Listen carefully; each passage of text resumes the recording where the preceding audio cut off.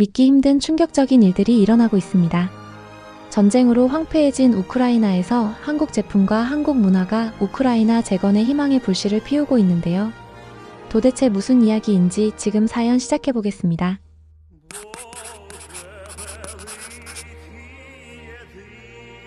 사연 시작 전에 시청자 여러분, 1초도 안 되는 구독과 좋아요 버튼은 영상 제작에 큰 힘이 됩니다.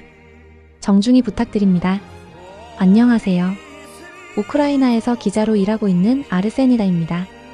멀리서 폭탄이 터지는 소리에 잠에서 깼어요. 이제는 이 소리가 저한테는 일상이 되어버렸죠. 매일 전쟁과 그로 인해 고통받는 사람들의 이야기를 쓰고 있었습니다. 그날 아침 제 작은 아파트는 춥게 느껴지고 있었어요. 도시 시스템이 파괴되면서 난방이 제대로 작동하지 않고 있었거든요. 화장실 거울에 비친 제 모습을 바라봤어요. 눈 밑에는 다크서클이 짙게 드리워져 있었고 짧은 검은 머리는 잘라야 할 때가 됐더라고요. 하지만 전쟁 중에 누가 머리 자를 시간이 있겠어요? 저는 제 노트북과 녹음기, 카메라를 집어들었어요. 이것들은 제가 우리나라에서 일어나는 진실을 알리기 위한 도구였죠. 그날은 왠지 뭔가 다른 느낌이 들고 있었어요. 휴대폰을 확인했을 때 편집장에게서 온 메시지를 봤습니다. 아르세니아, 새로운 기사를 부탁해. 메시지에는 이렇게 적혀 있었어요. 전쟁으로 인해 한국 제품을 사용할 수 없게 된 사람들의 감정을 알아봐. 삼성 휴대폰이나 LG 가전제품 없이 어떻게 지내고 있는지. 저는 휴대폰 화면을 보며 인상을 찌푸리고 있었어요. 이건 정말 바보 같은 과제처럼 느껴졌거든요. 매일 사람들이 죽어가고 있었고 집들은 파괴되고 있었어요. 가족들은 흩어지고 있었죠. 누가 텔레비전이나 스마트폰이 없어진 것에 신경 쓰겠어요? 게다가 저는 한국 제품을 별로 좋아하지 않았어요. 늘 너무 비싸고 모두가 말하는 것만큼 특별하지 않다고 생각하고 있었거든요. 제 친구들은 자기들의 한국산 냉장고가 얼마나 대단한지, 한국 자동차를 얼마나 사랑하는지 말하곤 했지만 저는 그 열광을 이해할 수 없었어요. 제게는 그저 물건일 뿐이라고 생각하고 있었죠. 거리는 예전보다 훨씬 조용했어요. 많은 사람들이 우리 도시를 떠났고 남아있는 사람들도 항상 위험을 감지하기 위해 하늘을 주시하며 빠르게 움직이고 있었습니다. 그날 첫 인터뷰는 나탈리아라는 여성과 함께였어요. 그녀는 마리우폴 도시에 폭탄이 떨어졌을 때 남편과 아이를 잃었죠. 우리는 창문에 테이프가 붙어있는 작은 카페에서 만났어요. 폭발 시 유리가 파편이 되는 것을 방지하기 위해서였죠. 나탈리아는 마른 체구에 지친 눈을 하고 있었지만 놀랍게도 강인한 목소리로 말하고 있었어요. 저는 그녀가 지금 겪고 있는 문제들에 대해 물었어요. 그런데 그녀가 뜻밖의 이야기를 꺼냈어요. 제 예전 생활에서 무엇이 그리운지 아세요? 그녀가 주머니에서 낡은 사진 한 장을 꺼내며 말했어요. 이상하게 들릴지 모르지만 저는 제 주방이 그리워요. 그녀는 사진 속 가전제품들을 가리키고 있었어요. 제 냉장고와 세탁기는 한국 제품이었어요. 몇 년 동안 완벽하게 작동했죠. 주변의 모든 것이 무너질 때 믿을 수 있었던 것들을 더 소중히 여기게 된다는 걸 알게 돼요. 저는 공손하게 고개를 끄덕였지만 속으로는 이것이 진짜 뉴스 기사로 만들기에는 중요하지 않다고 생각하고 있었어요. 보도할 더 큰 문제들이 있었으니까요. 그날 오후 저는 우크라이나 동부에서 지역사회 지원을 조직하는 미하일이라는 젊은 남성을 만났어요. 우리는 폭격으로 많은 건물들이 파손된 동네를 걷고 있었습니다. 실망한 표정이네요. 미하일이 우리가 부서진 콘크리트 주변을 걷는 동안 저에게 말했어요. 한국 제품이 그리운 사람들에 대해 글을 써달라는 요청을 받았어요. 제가 그에게 말했죠. 여기서 일어나고 있는 모든 일에 비하면 너무 사소해 보여요. 미하일은 걸음을 멈추고 저를 진지하게 바라봤어요. 아르세니아, 당신이 뭔가 중요한 걸 놓치고 있는 것 같네요. 사람들이 이런 제품들이 그립다고 말할 때 그들은 단지 물건이 그립다는 얘기가 아니에요. 안정감, 품질, 그리고 일상적인 삶이 그립다는 얘기를 하고 있는 거예요. 더 이상 상상할 수 없는 미래에 대해 이야기하고 있는 거죠. 그의 말이 저를 불편하게 만들고 있었어요. 그 안에 진실이 있을지도 모르니까요. 아마도 제가 너무 성급하게 판단하고 있었던 것 같았어요. 이런 사소해 보이는 것들이 실제로는 우크라이나 사람들이 트라우마와 상실감을 어떻게 다루고 있는지에 대한 더 큰 이야기를 들려주고 있는 건 아닐까요? 그날 저녁 저는 제 아파트에 앉아 제 노트를 살펴보고 있었어요. 전에는 알아채지 못했던 패턴들이 보이기 시작했어요. 사람들은 계속해서 한국 제품, 문화, 심지어 전쟁 후 한국으로 이주하는 꿈까지 언급하고 있었어요. 한국에 대한 강한 부정적 의견을 가진 저에게는 이상하게 느껴졌지만 여기에 이해해야 할 더 많은 것이 있는지 궁금해지고 있었습니다. 저는 아직 완전히 믿지는 않지만 이 이야기를 따라가기로 결정했어요. 아마도 사람들이 정말로 말하고 있는 것에 더 주의 깊게 귀 기울이면 가장 어두운 시간 속에서도 사람들이 어떻게 희망을 찾는지에 대한 뜻밖의 것을 발견할 수 있을지도 모르겠다고 생각하고 있었어요. 그날 밤 잠이 들면서 멀리서 폭탄이 터지고 있었어요. 하지만 몇 달 만에 처음으로 내일에 대한 호기심을 느끼고 있었습니다. 이 이상한 과제가 제가 기자로서 일하는 방식뿐만 아니라 제가 세상을 바라보는 방식과 제 깊은 신념에도 도전하게 될지도 모른다는 생각이 들고 있었어요. 저는 한국 제품에 관한 이 이야기를 쓰고 싶지 않았어요. 주변에서 모든 사람들이 고통받고 있는데 이렇게 사소한 것에 집중하는 게 뭔가 잘못된 것 같은 기분이 들고 있었거든요. 그날 아침 저는 키예프의 대피소에서 살고 있는 세 가족을 인터뷰하고 있었어요. 그들의 집은 이제 폭격으로 완전히 사라졌죠. 그들은 50명의 다른 사람들과 함께 학교 체육관에 놓인 간이 침대에서 자고 있었어요. 사생활이라곤 침대 사이에 걸려있는 담요가 전부였죠. 저는 그들에게 식량 부족에 대해, 결코 오지 않는 정부 지원에 대해, 그들의 두려움에 대해 물어봤어요. 저는 속으로 이것이 바로 전쟁의 진짜 이야기지, 삼성 텔레비전이 그립다는 이야기가 아니라고 생각하고 있었어요. 한 여성이 한국산 밥솥이 그립다고 말했을 때 저는 재빨리 주제를 바꿨어요. 노트에도 적지 않았죠. 제가 전하고 싶은 심각한 이야기에 맞지 않는다고 생각했거든요. 인터뷰 후 저는 대피소 근처의 작은 카페에서 미아이를 만났어요. 창문에는 폭발 시 유리가 파편이 되는 것을 막기 위해 X자 모양으로 테이프가 붙어 있었어요. 커피는 연했어요. 요즘은 진짜 커피를 구하기 어려웠거든요. 하지만 적어도 따뜻했죠. 인터뷰는 어땠어요? 미아일이 컵을 손으로 감싸며 따뜻하게 하면서 물었어요. 필요한 건 얻었어요. 제가 말했죠. 정부의 실패에 관한 이야기, 사람들의 진짜 고통에 관한 이야기요. 미아일은 그의 맑은 파란 눈으로 저를 지켜보고 있었어요. 예전 생활에서 그리운 제품들에 대해서도 물어봤나요? 저는 시선을 돌렸어요. 그건 중요한 이야기가 아니에요. 당신은 이미 어떤 이야기가 중요한지 결정해버렸군요. 그가 조용히 말했어요. 하지만 그건 진정한 경청이 아니에요. 아르센이야. 그의 말이 저를 화나게 만들고 있었지만 왜 그런지 설명할 수 없었어요. 우리는 침묵 속에 앉아 있었고 멀리서 들려오는 포격 소리에 창문이 살짝 흔들리고 있었어요. 그날 밤 제 아파트에서 녹음기를 확인하다가 무언가를 깨달았어요. 제가 인터뷰한 모든 사람이 제가 묻지도 않았는데 한국 제품이나 문화를 언급했더라고요. 한 여성은 폴란드로 탈출한 가족과 연락할 수 있게 해주는 유일하게 작동하는 삼성 핸드폰을 보여주었고 한 남성은 그들은 파괴 후의 재건을 이해하고 있으니까라며 전쟁 후 한국으로 이주하는 꿈에 대해 이야기했어요. 저는 이 모든 댓글들을 무시했던 거예요. 중요하지 않다고 생각했거든요. 다음 날 저는 전쟁 전에 경제학을 가르쳤던 페트로프 교수를 방문했어요. 그는 비닐로 덮인 깨진 창문이 있는 추운 아파트에 혼자 살고 있었어요. 모든 벽에는 책들이 가득 꽂혀 있었고 작은 휴대용 히터만이 유일한 온기를 제공하고 있었습니다. 저는 그에게 경제적 어려움, 인플레이션, 식량 부족에 대해 물었어요. 이런 것들이 진지한 기자가 다뤄야 할 진지한 주제라고 생각했거든요. 하지만 그때 그가 제가 무시할 수 없는 이야기를 들려주었어요. 폭격이 시작됐을 때 그는 조리대 위에 작은 주방 가전을 가리키며 말했어요. 다른 무엇보다도 저 밥솥을 먼저 챙겼어요. 지갑도 아니고 심지어 따뜻한 옷도 아니었죠. 그 밥솥은 오래됐지만 잘 관리된 모습이었어요. 옆면에는 한국 브랜드 이름이 인쇄되어 있었죠. 지금 생각하면 좀 바보 같죠? 그가 계속 말하면서 주름진 얼굴에 약간의 미소를 띠고 있었어요. 하지만 30년 동안 이 밥솥은 한 번도 고장 없이 매일 아침 완벽한 밥을 지어줬어요. 삶의 모든 것이 불확실해질 때 마이너스 전기나 물이 있을지 내일도 당신이 건물이 여전히 서 있을지 알 수 없을 때 마이너스 믿을 수 있는 무언가가 소중해지는 법이죠. 그는 밥솥을 부드럽게 만지작거리고 있었어요. 물론 전기 없이는 쓸모없어요. 하지만 잘 만들어진 것들이 존재한다는 걸 상기시켜주죠. 어딘가에서는 삶이 여전히 제대로 작동하고 있다는 것을요. 집으로 걸어가는 동안 저는 교수의 말을 계속 생각하고 있었어요. 아마도 이런 물건들은 단순한 물건이 아닐지도 모르겠어요. 어쩌면 그것들은 더 깊은 의미를 나타내는 건지도 모르겠다는 생각이 들고 있었어요. 그날 밤 저는 제가 중요하다고 생각했던 이야기들로 가득 찬 노트북을 바라봤어요.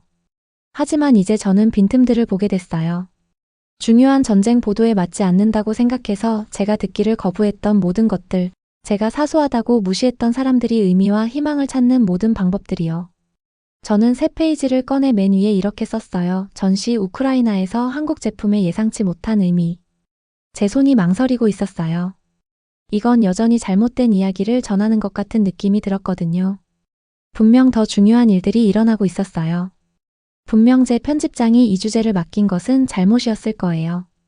하지만 만약 제가 잘못된 거라면, 만약 사람들이 잘 만들어진 냉장고와 믿을 수 있는 휴대폰의 기억에 매달리는 방식을 이해하는 것이 실제로 인간의 회복력에 대한 중요한 무언가를 알려준다면, 만약 한국 문화에 대한 제 자신의 편견이 저를 눈멀게 하고 있었다면, 창 밖으로 비가 내리기 시작했어요. 유리창에 빗방울이 후두둑 떨어지고 있었죠. 멀리서 공습 경보가 슬픈 울음소리를 내기 시작했어요.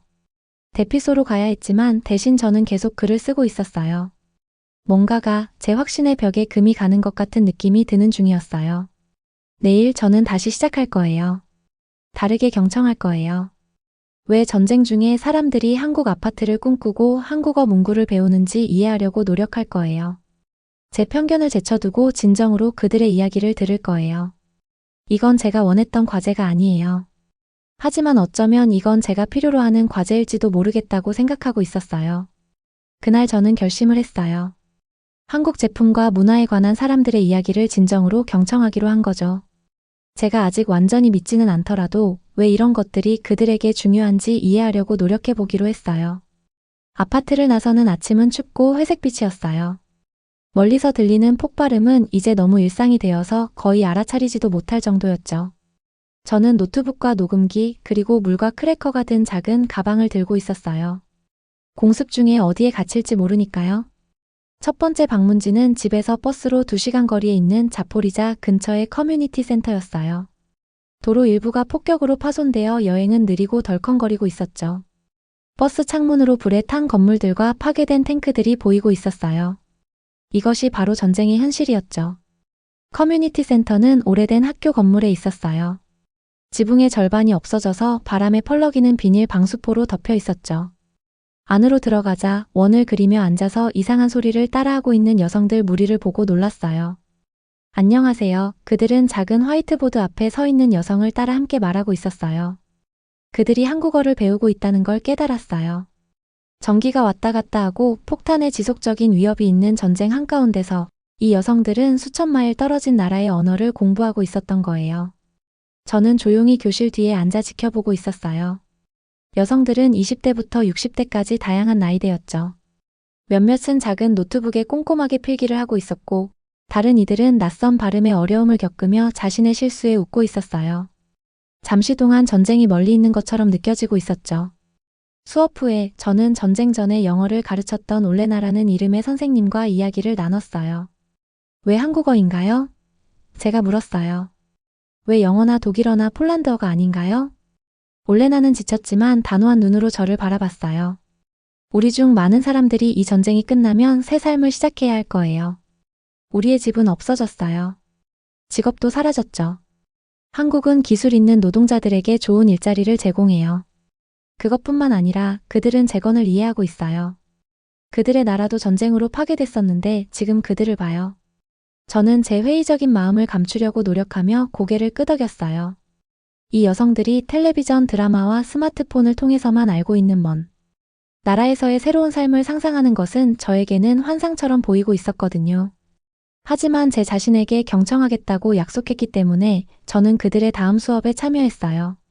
멀리서 포탄 소리가 울리는 가운데 저는 어색하게 원 안에 앉아 한국어 인사말을 발음해 보려고 노력하고 있었어요. 여성들은 제 형편없는 시도에도 격려하는 미소를 지어주고 있었죠. 그날 오후 저는 현재 6가족이 함께 살고 있는 아파트를 방문했어요. 공간은 비좁았지만 깨끗했어요. 아이들은 한쪽 구석에서 조용히 놀고 있었고 어른들은 주방에서 간단한 저녁 식사를 준비하고 있었죠. 이리나라는 여성이 자신의 소중한 물건인 한국산 태블릿 컴퓨터를 보여줬어요. 케이스는 금이 가 있었지만 화면은 여전히 밝게 빛나고 있었어요. 그녀는 매일 그것을 충전하기 위해 귀중한 전기를 사용하고 있었죠. 이것이 저를 제 지원 그룹과 연결해줘요. 그녀는 전쟁 미망인들을 위한 온라인 포럼을 보여주며 설명했어요. 우크라이나 전역에서 남편을 잃은 여성들이요. 우리는 서로가 살아남도록 도와주고 있어요. 저는 화면에서 스크롤되는 이름들과 메시지들을 보고 있었어요. 여성들이 정부 지원을 받는 팁을 공유하고 정서적 지원을 제공하며 약이나 신선한 채소를 찾는 것과 같은 작은 승리를 축하하고 있었죠. 전쟁 전에 이것은 그저 비디오를 보기 위한 기기였어요. 이리나가 말했어요. 지금은 제 고통을 이해하는 사람들과 연결되는 생명줄이에요. 저는 전에 놓쳤던 무언가를 보기 시작했어요. 이 한국 제품들은 단지 물건이 아니었어요. 그것들은 다른 모든 것이 실패했을 때도 여전히 작동하는 도구들이었죠. 우리 주변의 파괴를 넘어선 세계와의 연결고리였어요. 하지만 모든 사람이 이런 관점을 공유하는 것은 아니었어요. 사람들이 물건을 교환하는 작은 시장에서 저는 수제 양초를 파는 나이든 남자를 만났어요. 외국에 대한 이런 모든 이야기는 넌센스예요. 그가 저에게 날카롭게 말했어요. 제2차 세계대전 이후에 우리 조부모님들은 한국 냉장고 없이도 우크라이나를 재건했어요. 우리는 외부인들이 우리를 구원하는 것이 필요하지 않아요. 우리는 스스로를 구해야 해요. 그의 말은 제 자신의 의심을 상기시켰어요. 다른 곳에서의 삶을 꿈꾸기보다는 우리 자신의 나라를 재건하는 데 집중하는 것이 더 낫지 않을까요? 외국 제품과 문화에 너무 많은 희망을 두는 것이 뭔가 잘못된 것은 아닐까요? 그날 저녁 저는 지하 아파트에 살고 있는 한 가족을 방문했어요. 전기가 또 끊겼고 그들은 벽에 긴 그림자를 들이우는 촛불을 켜고 있었어요. 10대 소녀가 계속 사용해서 페이지가 다른 한국어 교과서를 보여줬어요. 저는 촛불 아래에서 공부해요. 그녀가 자랑스럽게 말했어요. 매일 5개의 새 단어를 배우고 있어요. 만약 한국에 가지 못하면 어떻게 할 거예요? 저는 부드럽게 물었어요. 전쟁이 끝나고 우리가 우크라이나를 재건한다며? 그녀는 너무 어린 얼굴에 비해 너무 나이 들어 보이는 진지한 눈으로 저를 바라봤어요. 그래도 저는 여전히 다른 언어를 알게 될 거예요. 하지만 안전한 곳, 제대로 작동하는 곳에 대한 꿈을 갖는 것, 그것이 제가 매일을 견디는 데 도움이 돼요. 멀리서 불타는 불빛으로 주황색으로 빛나는 하늘 아래 집으로 걸어가면서 저는 오늘 본 모든 것에 대해 생각하고 있었어요. 제가 한때 중요하지 않다고 무시했던 물건과 꿈에서 의미를 찾는 사람들. 부서진 건물과 시스템을 초월하는 기술을 통해 연결을 만들어내는 사람들. 저는 아직도 한국 문화가 구원을 의미한다는 생각을 완전히 받아들일 수 없었어요. 제 편견이 그렇게 빨리 바뀌기에는 너무 깊었으니까요. 하지만 희망이 여러 형태로 나타난다는 것을 이해하기 시작하고 있었어요. 여기 있는 몇몇 사람들에게 한국 제품과 한국에 대한 꿈은 단지 물질적인 것들에 관한 것이 아니었어요. 그것은 어딘가에서 삶이 다시 의미를 갖는다고 믿는 것에 관한 것이었어요. 공습 경보가 울리기 시작하자 저는 걸음을 빨리 했어요. 제가 동의하든 동의하지 않든 이제 저는 진실처럼 느껴지는 이야기를 가지게 되었어요. 사람들이 가장 어두운 시간에도 예상치 못한 곳에서 의미와 연결을 찾는 방법에 관한 이야기를요. 화요일 아침에 모든 것이 바뀌었어요. 미하일이 아침 일찍 전화를 걸었는데 목소리가 급하고 흥분되어 있었어요.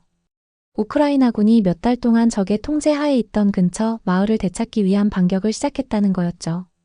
기자로서 우리는 무슨 일이 일어나는지 기록해야 했어요. 저는 빠르게 짐을 싸고 있었어요. 녹음기용 여분의 배터리, 물, 말린 음식, 응급처치 키트, 그리고 따뜻한 재킷까지요. 봄 공기는 여전히 추웠거든요. 특히 밤에는 더요. 모든 것을 다시 확인하면서 제 손이 약간 떨리고 있었어요. 위험할 테지만 이 이야기는 전해져야 했으니까요. 미하일은 창문에 테이프로 붙인 종이 표지판에 프레스라고 쓰여진 낡은 밴으로 저를 데리러 왔어요. 우리는 이것이 우리를 보호해주길 바라고 있었지만 기자들도 때로는 공격 대상이 된다는 것을 둘 다 알고 있었죠. 도시를 빠져나가는 길은 대부분 비어 있었어요. 군용 차량들이 가끔 우리를 지나쳐가고 있었는데 최전선을 향해 빠르게 움직이고 있었어요. 아직도 한국 제품 이야기를 쓰고 있나요? 미하일이 위험 요소를 살피며 운전하면서 물었어요. 저는 도시에서 시골로 변하는 풍경을 보며 고개를 끄덕였어요. 봄 작물로 푸르러야 할 들판이 비어 있었어요. 싸움이 일어날 수 있는 곳에서는 어떤 농부도 일하고 싶어 하지 않았으니까요. 점점 더 잘 이해하고 있어요. 제가 그에게 말했어요. 사실 제품 자체에 관한 것이 아니에요. 그것들이 의미하는 것 마이너스 제대로 작동하는 정상적인 삶에 관한 거죠. 우리는 병사들이 우리의 기자증을 확인하고 더 이상 가지 말라고 경고하는 검문소에 도착했어요. 하지만 미하일은 다른 경로를 알고 있었죠. 우리는 어제 막 해방된 마을에 도착할 때까지 작은 시골길을 따라 이동했어요. 그 파괴는 충격적이었어요. 건물의 절반이 손상되거나 완전히 파괴되어 있었죠. 공기는 연기와 생각하지 않으려는 더 끔찍한 냄새가 나고 있었어요. 몇몇 현지인들이 잔해에 사이를 움직이며 남겨진 유용한 물건들을 찾고 있었어요. 우리는 우리의 일을 시작했어요. 사진 촬영, 군인들과 민간인들과의 인터뷰 녹음, 점령 기간 동안 자행된 전쟁 범죄의 증거 기록. 이것이 제가 항상 하고 싶었던 진지한 저널리즘이었죠. 그때 폭격이 시작됐어요. 첫 번째 폭발은 멀리 떨어져 있어서 우리는 그저 쿵 소리만 듣고 땅이 흔들리는 것을 느끼고 있었을 뿐이에요. 하지만 그 이후의 폭발음은 점점 더 가까워지고 있었어요. 군인들이 모두에게 대피하라고 소리치고 있었죠. 미하일과 저는 여러 현지인들과 함께 아직 지붕 일부가 남아있는 학교 건물을 향해 달렸어요. 우리는 급히 지하실로 내려갔는데 그곳은 한때 학교 물품을 보관하던 공간이었어요. 지금은 깨진 선반과 먼지를 제외하고는 텅 비어 있었죠. 약 20명의 사람들이 안으로 몰려들었어요. 폭발음이 우리 위에서 계속되고 있었어요. 매번 충격이 있을 때마다 천장에서 먼지가 떨어지고 있었죠. 아이가 작게 흐느끼고 그 어머니는 위로의 말을 속삭이고 있었어요. 몇 시간이 지났어요. 제 휴대폰은 신호를 잃었어요. 우리는 도움이나 정보를 요청할 수 없었죠. 제가 가져온 물은 아무것도 없는 다른 사람들과 나누면서 점점 줄어들고 있었어요. 배고픔이 제 위를 갉아먹고 있었지만 저는 그것을 무시했어요. 어떤 사람들은 제가 가진 것보다 훨씬 적게 가지고 있었으니까요. 저녁이 되자 우리는 갇혔다는 것을 깨달았어요.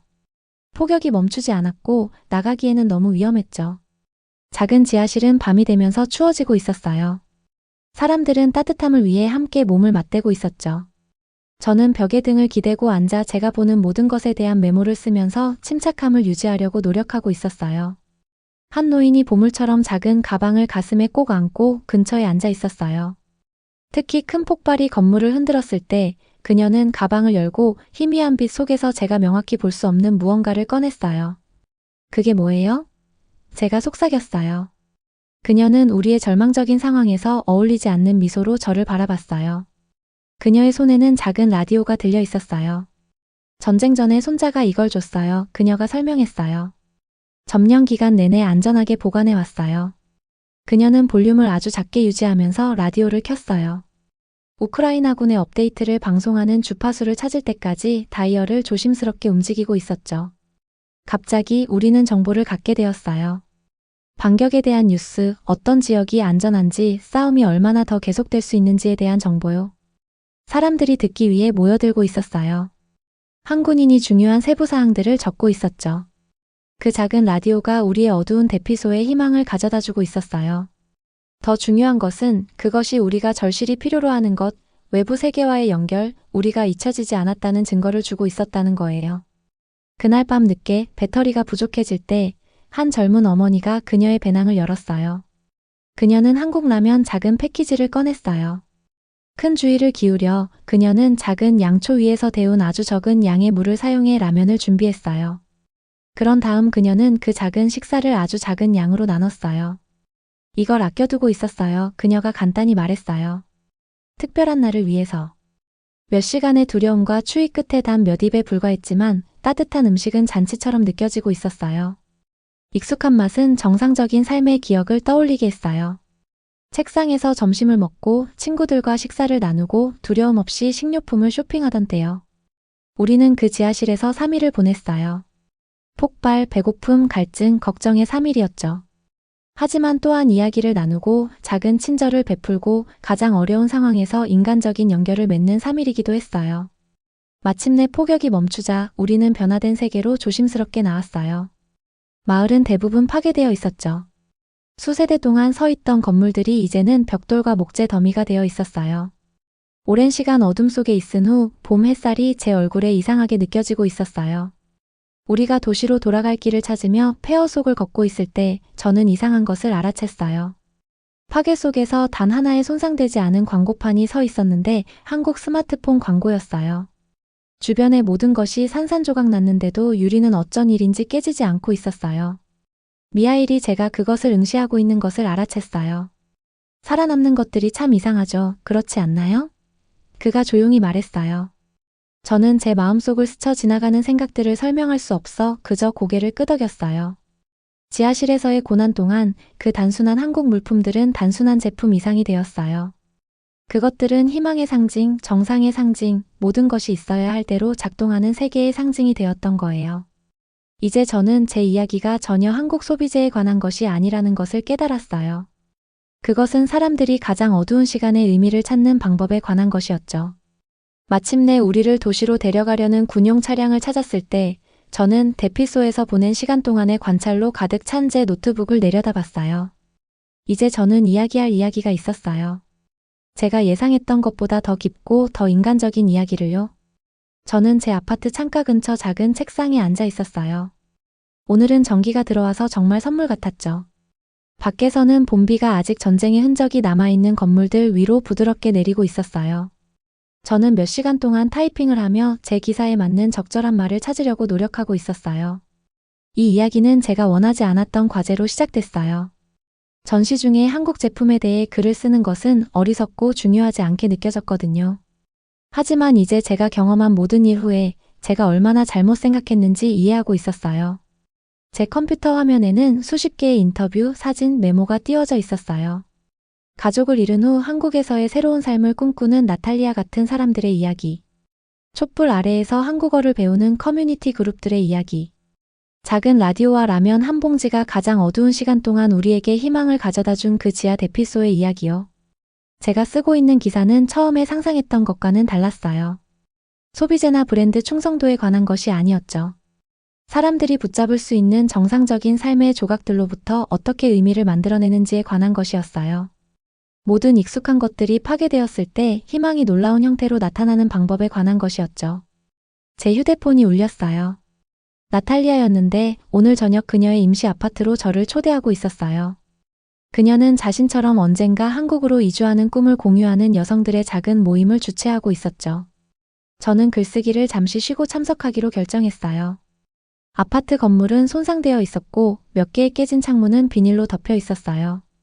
하지만 나탈리아의 작은 방 2개짜리 집안은 모든 것이 깨끗하고 정성스럽게 정리되어 있었어요.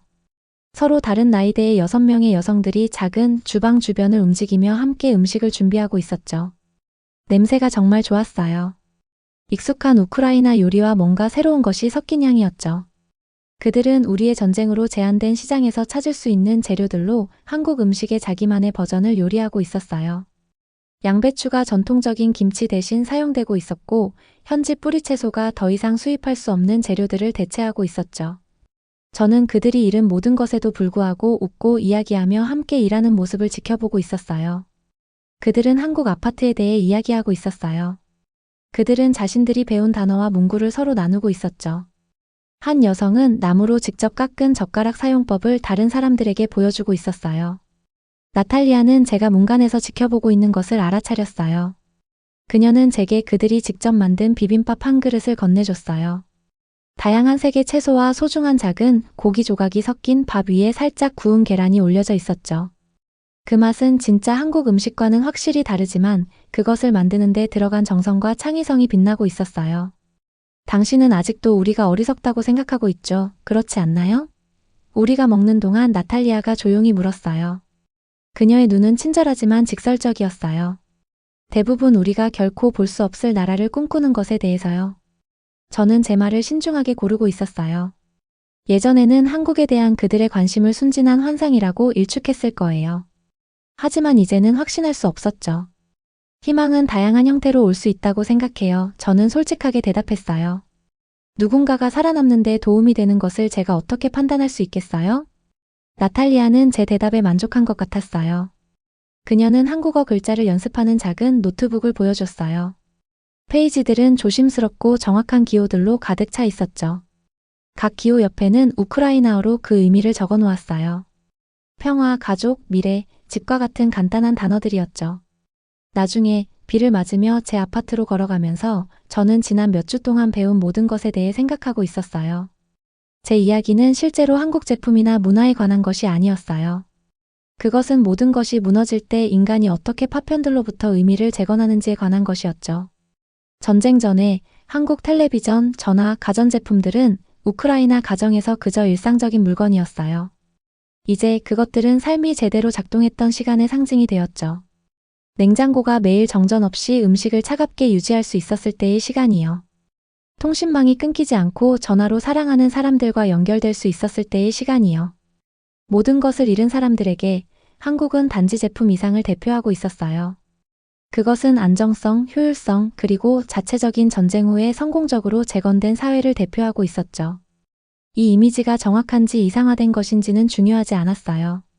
중요한 것은 그것이 제공하는 희망이었죠. 제 책상으로 돌아와서 저는 새로운 이해와 겸손함으로 제 기사를 마무리하고 있었어요. 제목은 이렇게 지었어요. 예상치 못한 곳에서 희망 찾기. 전시 우크라이나에서 한국 문화가 어떻게 회복력의 상징이 되었는가? 한국 문화에 대한 제 자신의 편견은 완전히 사라지지 않았어요. 수년간의 회의적인 생각은 하룻밤 사이에 사라지지 않으니까요. 하지만 저는 제 편견이 기자로서 그리고 인간으로서 제 시야를 얼마나 좁게 만들었는지 인식하게 됐어요. 다음날 편집장이 제 초안을 읽고 전화했을 때 그녀는 놀란 목소리였어요. 이건 제가 예상했던 것이 아니네요. 그녀가 인정했어요. 단순한 소비자 선호도에 관한 글을 쓸 줄 알았어요. 이건 훨씬 더 깊네요. 이야기는 제가 생각했던 것보다 깊었어요. 제가 그녀에게 말했어요. 제품 자체에 관한 것이 아니에요. 다른 모든 것을 잃은 사람들에게 그것들이 대표하는 것에 관한 거예요. 그 주말 저는 미하일이 자원봉사를 하는 커뮤니티 센터를 방문했어요. 아이들은 한방에서 놀고 있었고 어른들은 실용적인 기술에 관한 워크숍에 참석하고 있었죠. 작은 옆방에서 나탈리아는 15명의 그룹에게 그녀의 첫 한국어 수업을 가르치고 있었어요. 당신의 기사가 변화를 가져왔어요. 미하일이 미소를 지으며 제게 말했어요. 더 많은 사람들이 자신의 이야기를 나누기 위해 나서고 있어요. 몇몇 한국 단체들이 심지어 원조를 보내는 것에 대해 연락을 취해왔어요. 저는 문간을 통해 나탈리아가 한 노인이 어려운 단어를 발음하는 것을 인내심 있게 도와주는 모습을 지켜봤어요. 그가 제대로 발음했을 때 그의 얼굴이 밝아지고 있었어요. 잠시 동안 전쟁이 멀리 있는 것처럼 느껴졌어요. 이제 저는 진정한 저널리즘이란 제 자신의 가정을 제쳐두고 사람들이 말하는 것을 진정으로 듣는 것을 의미한다는 것을 깨달았어요. 심지어 그들의 이야기가 제 깊은 신념에 도전할 때도요. 제가 쓴 기사는 단지 한국 제품이나 문화에 관한 것이 아니었어요. 그것은 인간의 회복력과 우리가 가장 예상치 못한 곳에서 어떻게 희망을 찾는지에 관한 것이었죠. 제가 센터를 나가는 동안 공습 경보가 익숙한 울음소리를 내기 시작했어요. 모든 사람들이 차분하게 건물 아래 대피소로 이동하고 있었어요. 전쟁은 여전히 우리의 현실이었죠. 하지만 그 지하 대피소에서 비상등으로 밝혀진 공간에서 나탈리아는 그녀의 한국어 수업을 계속하고 있었어요. 위험 한가운데서도 사람들은 여전히 미래를 계획하고 여전히 배우고 여전히 희망하고 있었어요. 그리고 그 계속되는 단순한 행동 속에서 저는 제가 계속 말하려고 했던 진짜 이야기를 찾았어요. 오늘 사연은 여기까지입니다. 네, 오늘 사연 어떻게 들으셨나요? 자신의 편견을 넘어 진정한 희망의 의미를 발견하고 전쟁의 어둠 속에서도 빛나는 인간의 회복력 그리고 예상치 못한 곳에서 찾은 희망의 이야기였습니다. 영상이 도움이 되셨다면 구독과 좋아요, 댓글로 응원해 주시길 바랍니다. 앞으로도 따뜻한 이야기와 진솔한 경험들을 전해드리며 여러분과 함께 소중한 시간들을 만들어가는 데 노력하겠습니다. 긴 이야기 끝까지 시청해주신 모든 분들 진심으로 고맙습니다. 다음 영상에서 또 만날 때까지 모두 행복하고 평안한 하루 보내세요. 그럼 구독자 여러분들 감사합니다. 그리고 사랑합니다.